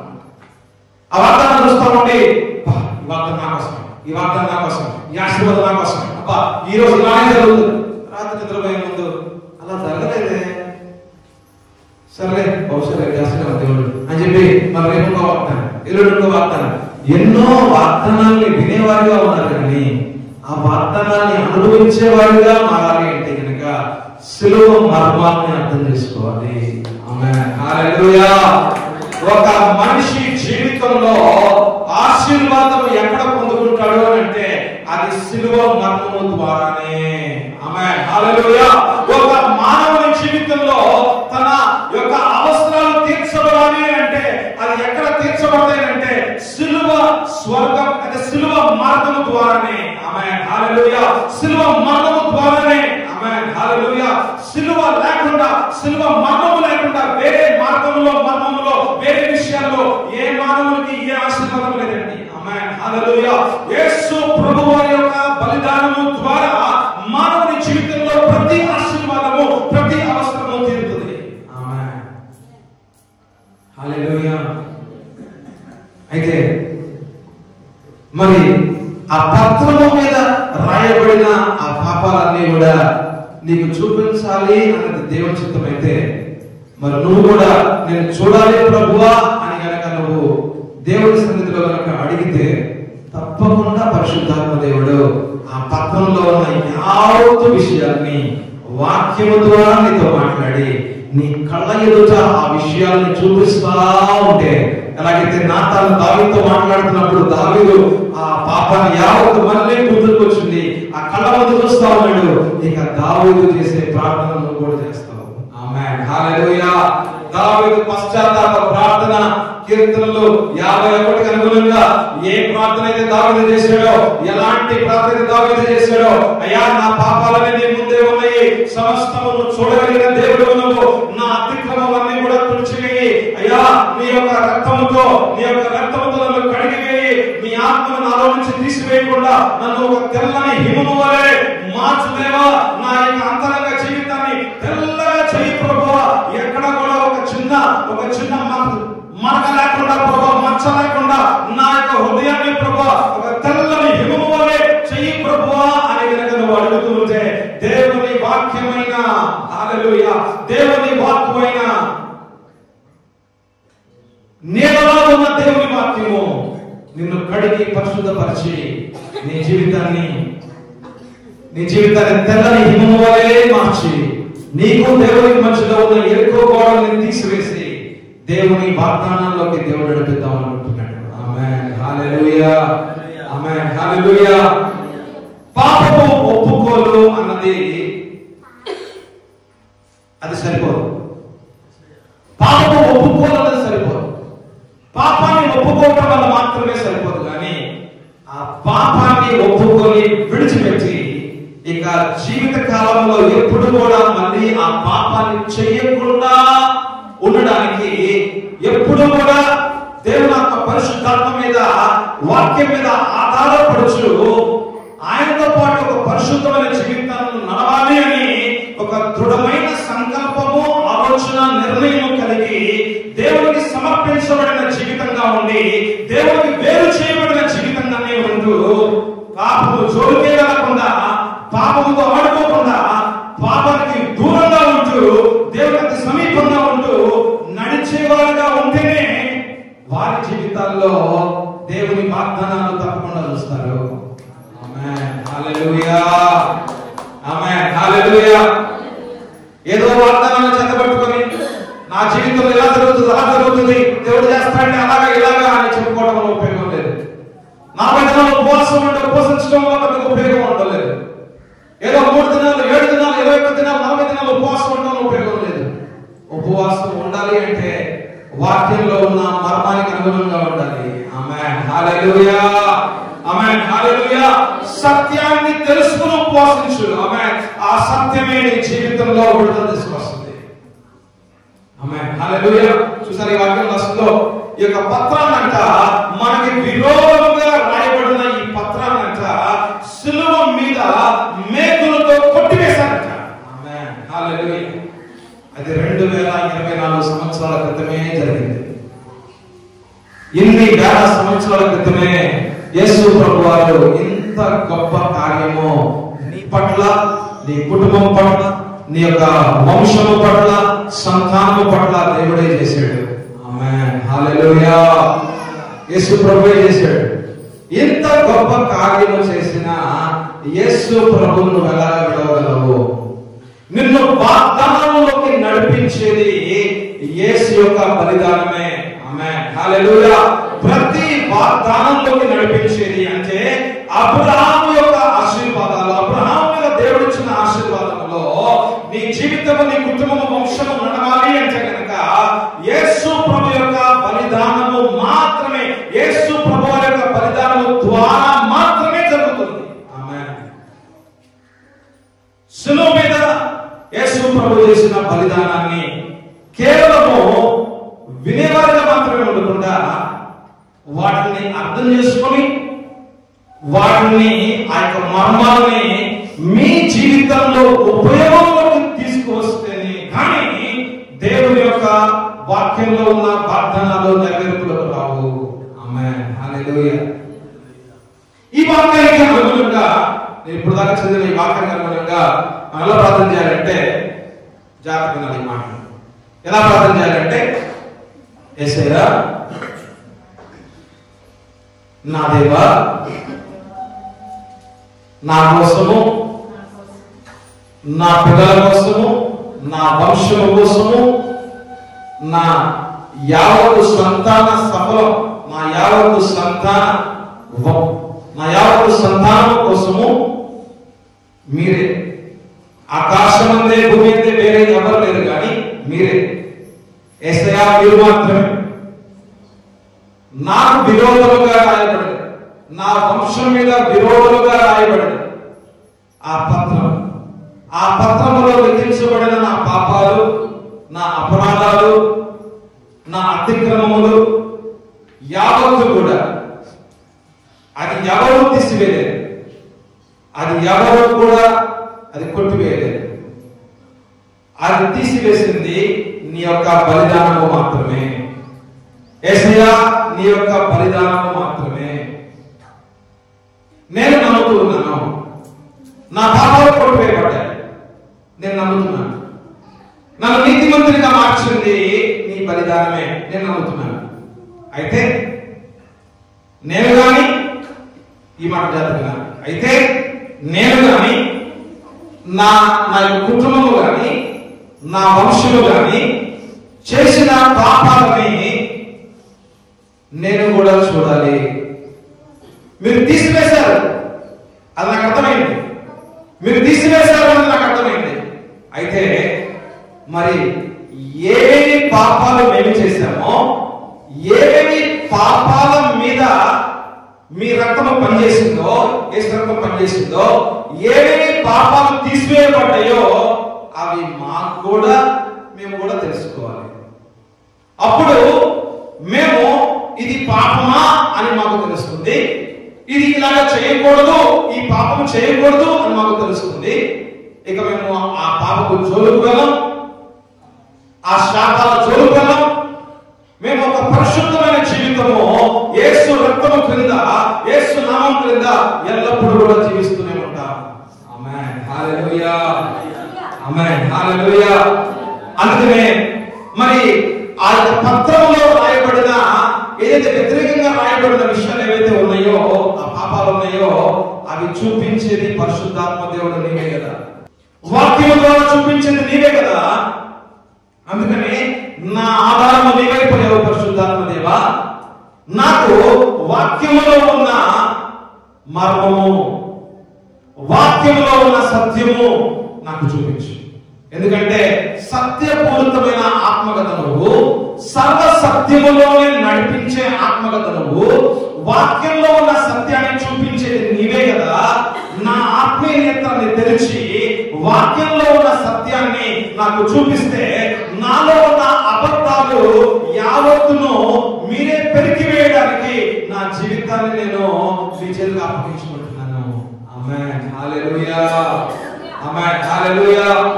కేవలము సంఘముకి వస్తే కదమ్మా దేవుని వాగ్దానాలు మన జీవితాల్లో అది పనిచేసేది. కేవలము ఏదో ఆ ట్యూబులలో ఈ ట్యూబులలో ఏదో వాళ్ళు మాటలు వినేసేసేసి ఇది నా జీవితంలో జరుగుతుంది కదా అని అనుకుంటే కదమ్మా జరిగేది. సిలువ మర్మాన్ని జాగ్రత్తగా అర్థం చేసుకోవాలి. సిలువలో యేసు ప్రభు చేసిన బలిదానాన్ని చాలా చక్కగా అర్థం చేసుకొని ఆ యొక్క మర్మాన్ని మన జీవితంలో ఉపయోగంలోకి తీసుకొని రావాలి. ఆమేన్, హల్లెలూయా. అది మన వ్యక్తి పరంగా ఉపయోగంలోకి రావాలి, అది మన కుటుంబంలో కూడా ఉపయోగంలోకి రావాలి. ఆమేన్, హల్లెలూయా.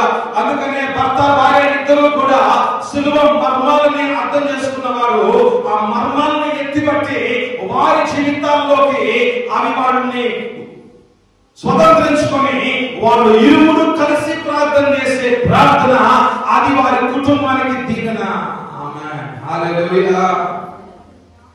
ఊరికే వాక్యాన్ని చదివేసేసేసి ఒక వాక్యం చదువుకొని సరే ప్రార్థన చేయమ్మా అనేది ఆ ప్రార్థనలు పెద్దగా ఉపయోగం రావు. ఏదో బైబిల్లో ఉన్న ఏదో వాక్య భాగాన్ని ఇలాగ తీసి ఇక కీర్తన 91 వచ్చింది కదా అని చెప్పి ఆ 91 కీర్తన ఏదో చదువుకొని భర్త భార్య ఇద్దరు కూడా చదువుకొని సరే మనం ప్రార్థన చేయి, నేను ప్రార్థన చేస్తానని ఏదో వాళ్ళు ప్రార్థన చేయడం వల్ల ఉపయోగం లేదు. ఎలా ప్రార్థన చేయాలంటే వాక్యంలో ఉన్న సత్యాన్ని తెలుసుకుని సత్యపూరితమైన ఆత్మ పరిశుద్ధాత్మ దేవునితో కలిసి భర్త భార్య ఇద్దరు కూడా ఆ సత్యాన్ని అర్థం చేసుకుని వారి జీవితంలోకి వారు ఉపయోగించుకుంటూ ఆ సత్యాన్ని ఎత్తిపట్టి గనక ఆత్మతో సహా ఆత్మ సహాయంతో గనక ప్రార్థన జరిగితే ఆ కుటుంబ ప్రార్థన ఒక ఆశీర్వాదకరమైన ప్రార్థనగా మారుతుంది. ఆమేన్, హల్లెలూయా, ఆమేన్, హల్లెలూయా. ఊరికి ఉపవాసం ఉంటుంది కానీ ఆత్మ సంబంధంగా జీవితం. ఆమేన్, హల్లెలూయా. ఊరికి ప్రార్థన చేయదు కానీ ఆత్మ సంబంధమైన ప్రార్థన చేద్దాం. ఆమేన్, హల్లెలూయా. ఎక్కడ ఆత్మీయంగా ఉన్నామో అక్కడే ఉండకుండా ఇంకా లోతుల్లోకి వెళ్ళి వాక్యాన్ని ఇంకా లోతుల్లో అర్థం చేసుకుందాం. ఆమేన్, హల్లెలూయా. సమస్యలు ఎందుకు తీరట్లేదు అని అంటే నీకున్న మర్మము సరిపోదు కదా. నీకున్న మర్మముతో ప్రార్థన చేస్తే ఎంతో కొంత ఆశీర్వాదం దొరికింది కానీ ఇంకా ఎందుకు సమస్య నీ జీవితం కుటుంబంలో నుంచి వెళ్ళలేదని అంటే ఇంకా లోతైన మర్మాలు తెలుసుకోకుండా ఉంటే కనుక ఆ సమస్య ఇంకా సంవత్సరాల అలాగే ఉంటుందమ్మా. ఆమేన్, హల్లెలూయా. హల్లెలూయా. అందుకనే వాక్యాన్ని ఇంకా లోతుల్లోకి తీసుకెళ్ళాలి, లోతుల్లో అర్థం చేసుకోవాలి, లోతుల్లో మన జీవితాలు వెళ్ళాలి, లోతుగా ఉన్న సత్యాన్ని అర్థం చేసుకోవాలి. ఆ సత్యమే నీ జీవితానికి విడుదల తీసుకొస్తుంది. ఆమేన్, హల్లెలూయా. ఏ పత్రం అయితే కనుక నీ మీద, నీ కుటుంబం మీద, వంశానికి వ్యతిరేకంగా రాయబడిందో, ఇక ఆ పత్రాన్ని అపవాది సిలువ నుంచి కిందకు తీయలేడు. ఎందుకంటే అది మేకులతో అది అక్కడ అలాగే ఉంచేశారు కాబట్టి.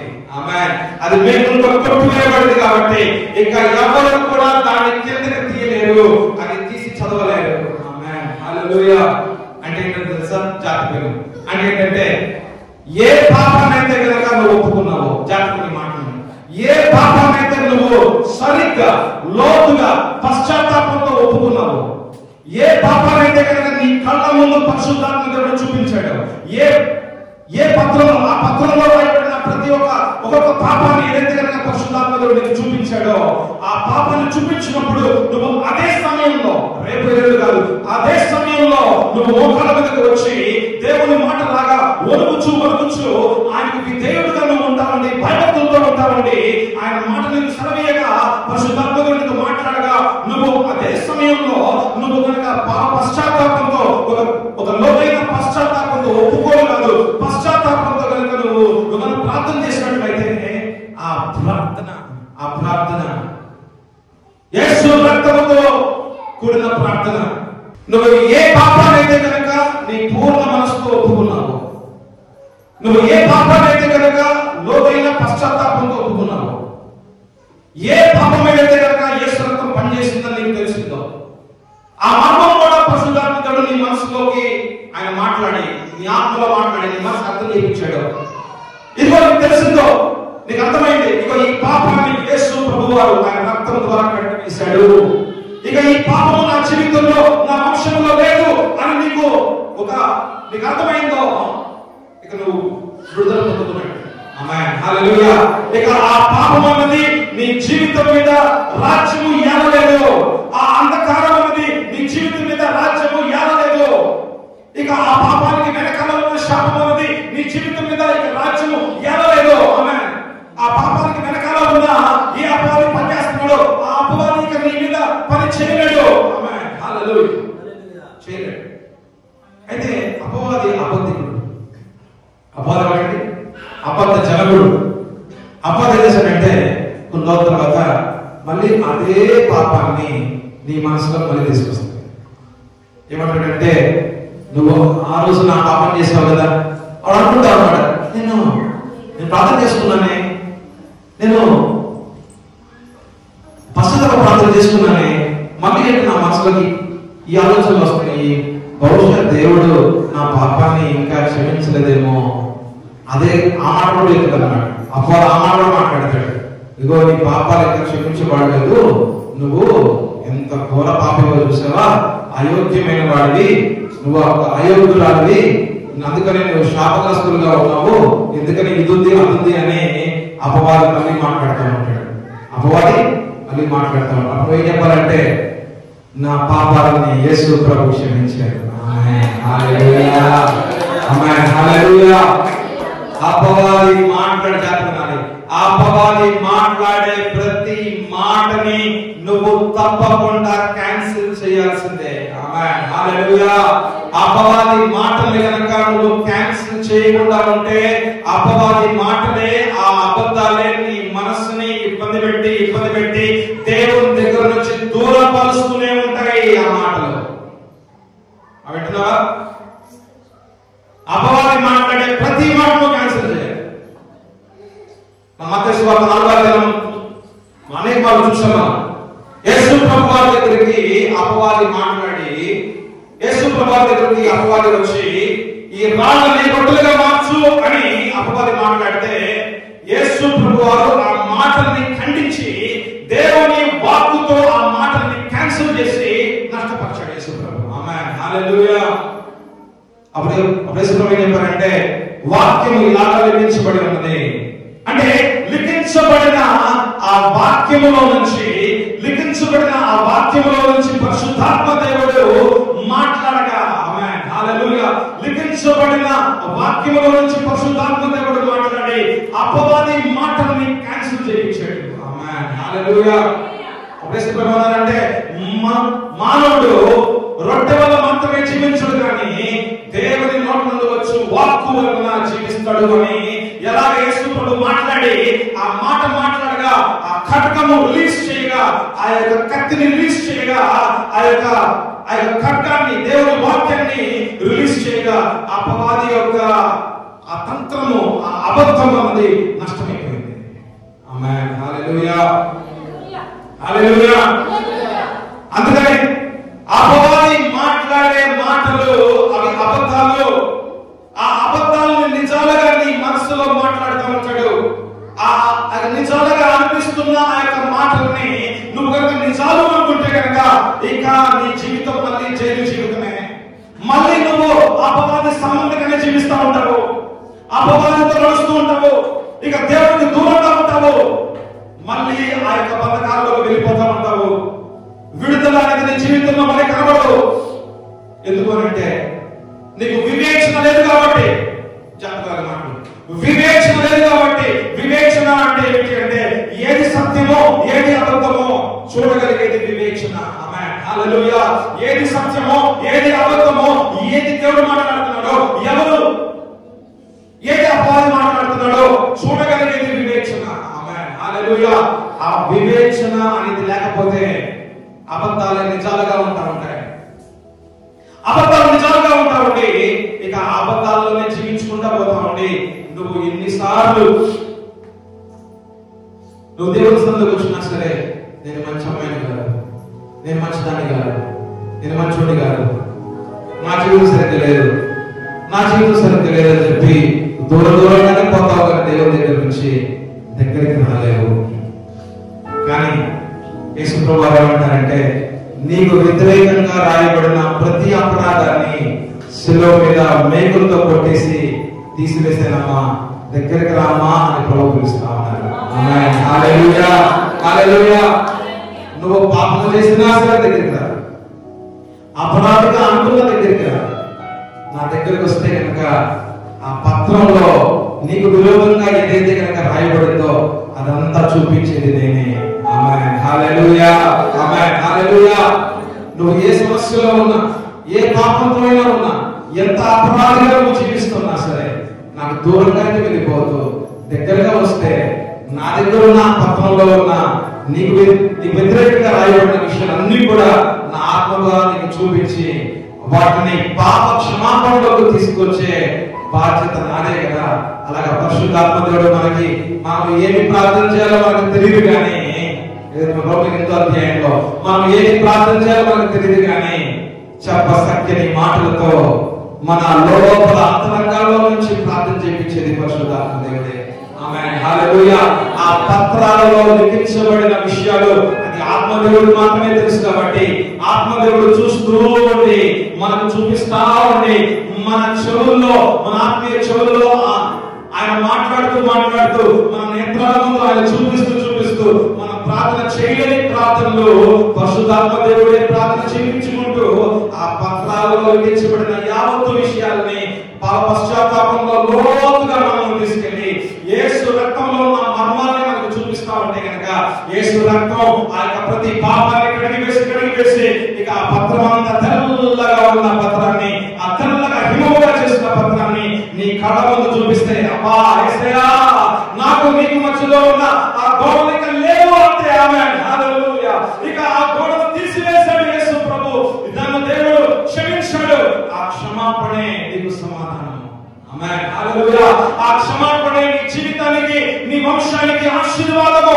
అబ్రహాము ఆశీర్వాదాలు నీ జీవితంలో అనుభవించడానికి అడ్డుగోడలుగా ఉన్న, విరోధంగా ఉన్న యావత్తు పోయాయి కనుక ఇక నువ్వు వాగ్దానంలో నడుస్తున్న వాడిగా ఉంటావు. అప్పుడు చెప్పు వాగ్దానాలు ఎవరైనా బోధించాలంటే. ఆమేన్, హల్లెలూయా. వాగ్దానాలని అనుభవించకుండా బోధించడం తప్పంటారు. వాగ్దానాన్ని అనుభవించకుండా ఇంకొకరు బోధించడం తప్పంటారు. నా వరకు వస్తే మటుకు వాగ్దానాన్ని అనుభవిస్తూ ఆ వాగ్దానంలో ఉన్న ఆశీర్వాదంలో ఉన్న ఆ యొక్క ఫలాల్ని అనుభవిస్తూ అప్పుడు వాగ్దానం చెప్తాను నేను. ఆమేన్, హల్లెలూయా. ఎందుకంటే ఆ ఆ మార్గం ఏమిటో నాకు అర్థమైంది కాబట్టి ఆ మార్గాన్ని నీకు కూడా చెప్తా, నువ్వు కూడా అదే మార్గంలో రా. అది నా మార్గం నీ మార్గం కాదు, అది యేసు మార్గం. అది ఆమేన్ హల్లెలూయా. చూసారా కొలస్సీ రాసిన పత్రిక 2వ అధ్యాయం 14వ వచనంలో ఉన్న మనం దేవుడు రాజ్యరూపకమైన ఆజ్ఞల వలన మన మీద రుణములు అన్నమాట, మన మీద అంటే నీ మీద నా మీద మాత్రమే కాదు, యావత్తు మానవ జాతి మీద అనే ఒక మాట మాట్లాడుతున్నారు అక్కడ. ఆమేన్ హల్లెలూయా. మన మీద అంటే కేవలం నీతి నాది మాత్రమే కాదు, మన కుటుంబం యావత్తు దాని మీద. ఆమేన్. మన వంశం యావత్తు దాని మీద, మన వంశావళి యావత్తు దాని మీద. ఆమేన్ హల్లెలూయా. మన మీద రుణముగాను మనకు విరోధముగాను నుండిన ఆ పత్రమునట మేకులతో సిలువకు కొట్టి. ఆమేన్ హల్లెలూయా. ఈ కార్యం ఎవరు చేశారమ్మా? ఈ కార్యం ఆ పత్రాన్ని యావత్తును కూడా సిలువ మీద మేకులతో కొట్టేశారంట. ఎవరు చేశారు ఈ కార్యం? ఎవరు చేశారమ్మా ఈ కార్యం? దేవుడే చేశాడు. దేవుడి యొక్క దయ నీ మీద నా మీద. ఈ పత్రం కనుక బయట తీస్తే నువ్వు చచ్చిపోతావు. ఈ పత్రం కనుక బయట తీస్తే నువ్వు చచ్చిపోతావు. నువ్వు చచ్చిపోతావు, అనంతకాల నరకంలోకి వెళ్ళిపోతావు.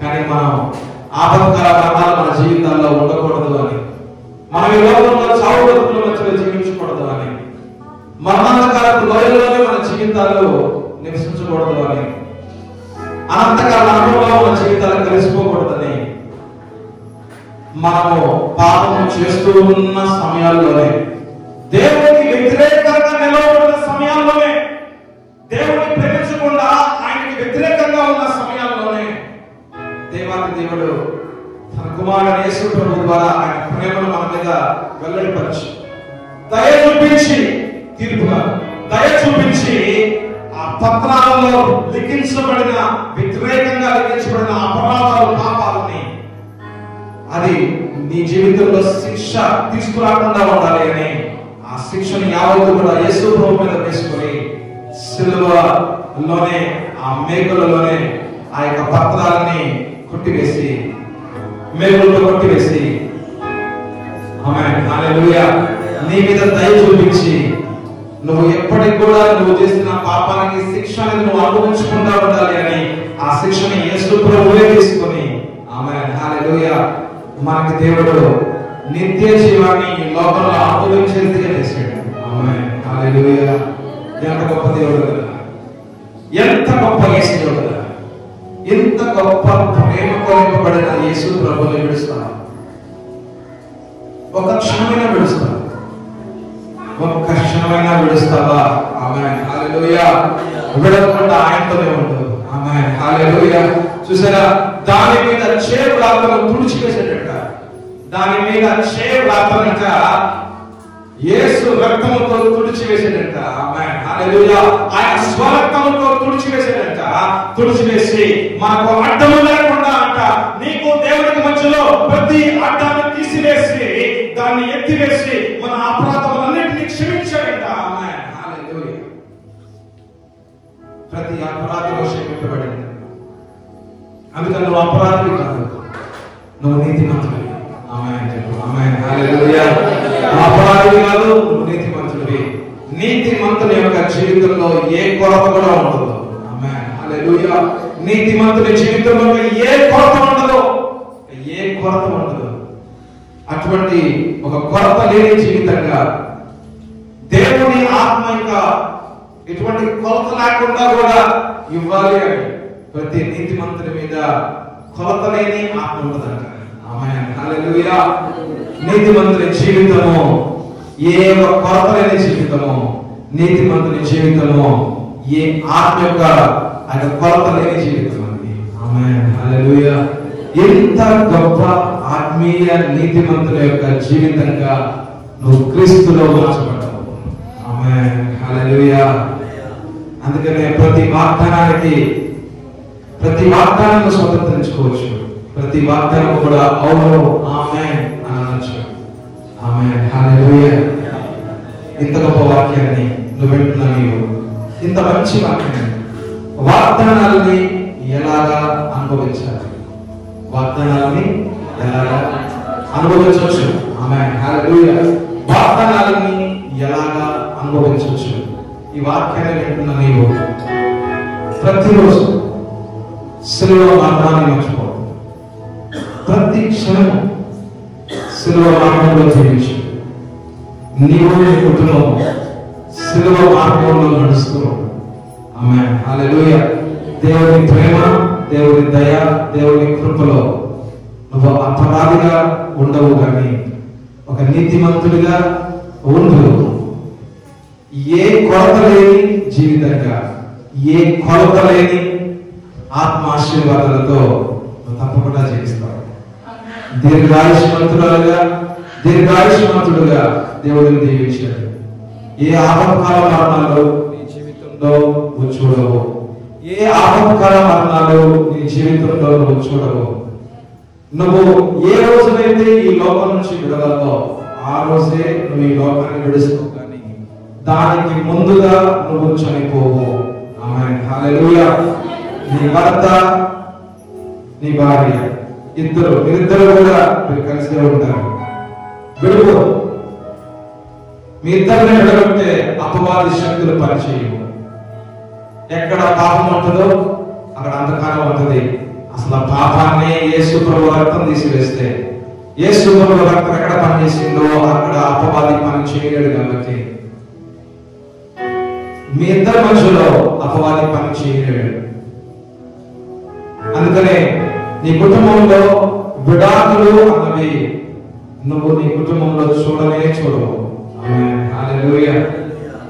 నీ పిల్లలు ఎందుకు దీవించబడతారు అంటే అబ్రహాం యొక్క ఆశీర్వాదంలో నీవు ఉన్నావు కాబట్టి, యేసు ప్రభువును నమ్ముకున్నావు కాబట్టి, అందుకనే అబ్రహాం ఆశీర్వాదాలు నీ కుటుంబం మీద, నీ పిల్లల మీద తప్పకుండా ఉంటాయి.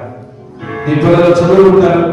ఎందుకంటే కొరత లేని ఆత్మ, దేవుని ఆత్మలో ఉన్న గొప్ప జ్ఞానము, బుద్ధి, వివేచన నీ పిల్లల మీద కూడా అది ప్రవహిస్తుంది. అది నదుల వలె ప్రవహిస్తున్నాము. ఆమేన్, హల్లెలూయా. దేవుడు కొరత లేని ఆత్మ అంటే నదులే అవి.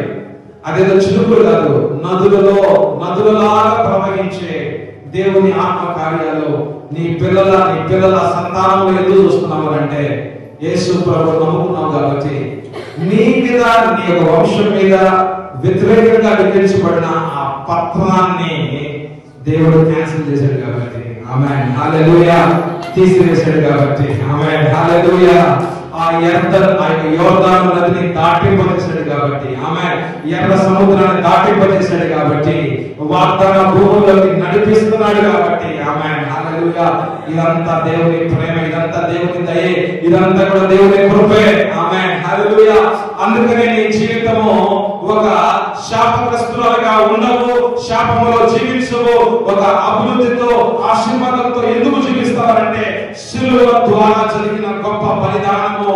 ఆ బలిదానాన్ని నువ్వు అర్థం చేసుకొని నీ జీవితంలో అది ఉపయోగంలోకి ప్రతిరోజు తీసుకొస్తున్నావు కాబట్టి, లోకైన మర్మము సత్యాన్ని అర్థం చేసుకుంటున్నావు కాబట్టి, అది ఉపయోగంలోకి ప్రతిరోజు నువ్వు నీ జీవితంలో అది నువ్వు స్వతంత్రించుకుంటున్నావు కాబట్టి, ఇక దేవుని యొక్క వాక్యంలో ఉన్న వాగ్దానాలని ఇక నీ జీవితంలో నెరవేర్పులోకి ఎందుకు రావమా అని నేను ప్రశ్నిస్తున్నాను.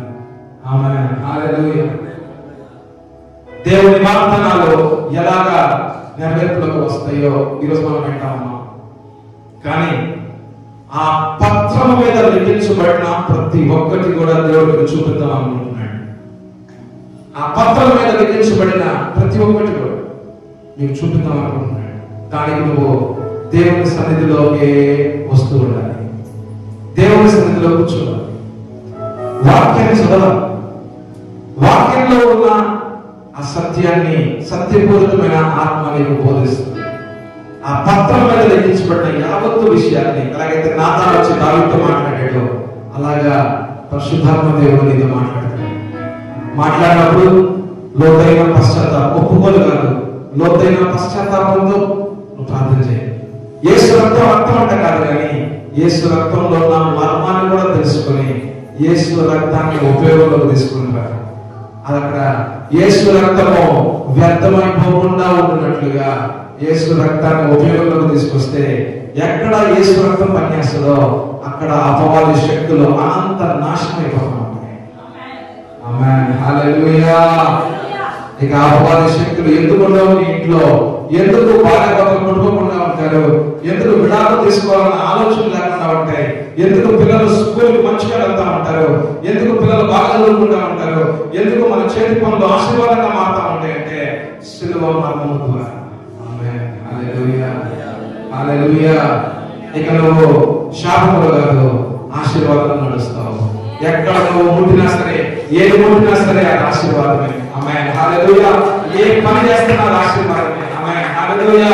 100 రూపాయలు సంపాదిస్తున్నది 3 నెలల్లో 1000 రూపాయలు ఎలా మారుతుందంటే అది యేసు ప్రభు ద్వారా మాత్రమే. ఆమేన్. హల్లెలూయా. దేవునిలో జీవించుట, ఏ రోగం వచ్చినా ఆ రోగానికి విరుగుడు యేసు రక్తమే. ఆమేన్. హల్లెలూయా. ఏ రోగం వచ్చినా సరే భయపడదు. రోగాలు వస్తే రావచ్చు కూడా, కానీ దాన్ని విరగొట్టేది యేసు రక్తమే. ఆమేన్. హల్లెలూయా. భయపడద్దు, దేనికి భయపడద్దు, దేవుడితో ఉన్నాడు. ఆమేన్. హల్లెలూయా. లేచి నిలబడదాం, చిన్న ప్రార్థన చేసుకుందాం. ప్రభువా నాయన, మీ వాగ్దానాలు ఎలాగ నెరవేర్పులకు వస్తాయి, దేవుని వాగ్దానాలు ఎలాగ నెరవేర్పులకు వస్తాయి. ఆమేన్. హల్లెలూయా. ప్రతి వాగ్దానము నెరవేర్పులకు రావాలి, అది దేవుని చిత్తమని అందరూ ప్రార్థన చేద్దాం. ప్రభువా యేసయ్య, నా కళ్ళ ముందు నాతో పాటు ప్రార్థన చేస్తారా మీరు కూడా? యేసయ్య, నా కళ్ళ ముందు ఆ పత్రం, లిఖించబడిన ఆ పత్రం, నాకు వ్యతిరేకంగా విరోధంగా లిఖించబడిన పత్రం, నా వంశంలో చేసిన పాపాలు, నేను చేసిన పాపాలు, నా తల్లిదండ్రులు చేసిన పాపాలు, నా కుటుంబంలో జరిగిన ఆ పాపాలని నేను చూడాలి. వాక్యం ద్వారా చూపించు ఆ పరిశుద్ధాత్మ దేవ. ప్రతి పాపము నేను ఒప్పుకుంటాను, ప్రతి పాపాన్ని విడిచిపెడుతున్నాను, ప్రతి పాపాన్ని ఒక పశ్చాత్తాపంతో, లోతైన పశ్చాత్తాపం, మారు మనసు అనుభవం, ఇక మళ్ళీ ఆ పాపాన్ని చేయను అని గొప్ప తీర్మానం తీసుకుంది, లోతైన తీర్మానం తీసుకుంది. జీవితకాలం అంతయు నిన్ను ప్రేమించేవాడిగా, నీ ఆజ్ఞని అర్థం చేసుకునేవాడిగా, విధేయుడిగా, పరిశుద్ధుడిగా, నీతో పాటు నడిచేవాడిగా, నీ వాగ్దానాన్ని అనుభవించేవాడిగా ఉంటానేసయ్యా. ప్రతి వాగ్దానము నా జీవితానికి గొప్ప సాక్ష్యమే. ఆ సాక్ష్యాలే నా బోధలు, ఆ సాక్ష్యాలే నా ప్రచారాలు, ఆ సాక్ష్యాలే నా జీవిత సాక్ష్యాలు. ప్రభువా, ఎప్పుడైనా ఒక మాట, ఒక వాక్యము చెప్పాలంటే నా సాక్ష్యాన్ని మాట్లాడతాను. నీ వాగ్దానము నా జీవితంలో ఎలాగ నెరవేర్పులోకి వచ్చిందో అది సాక్ష్యకరంగా చెప్తాను. నీకే సకల మహిమ ఘనత చెల్లునుగాక. ఆమేన్.